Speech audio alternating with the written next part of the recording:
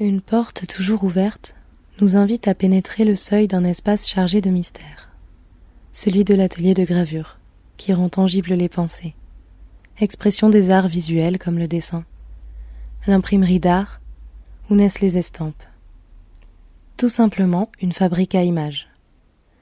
De ces murs émanent les parfums d'un autre temps, des éthers soyeux, la térébenthine, l'huile de lin, mais aussi celui des gestes anciens, qui se répètent siècle après siècle, inlassablement. Car ici, c'est aussi la mémoire de la main. On apprivoise, on touche.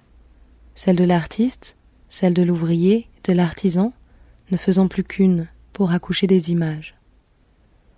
De l'ouvrage naît l'œuvre d'art, telle la techné de la Grèce antique, art et artisanat se confondant. L'estampe, art de l'image imprimée et reproductible, donne la possibilité à l'œuvre d'art de ne plus être unique, et pourtant toujours originale.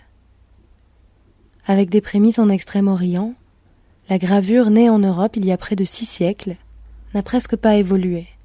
Ses outils, ses procédés demeurant inchangés. Un art jeune et désuet d'une modernité éternelle. Venir dans un atelier de gravure, c'est aussi le plaisir du temps, de le redécouvrir et de se l'approprier, de l'apprivoiser. La lenteur de la gestation dépourvue de pesanteur, le refus de l'instantanéité. La gravure, c'est la sensualité et la sensibilité.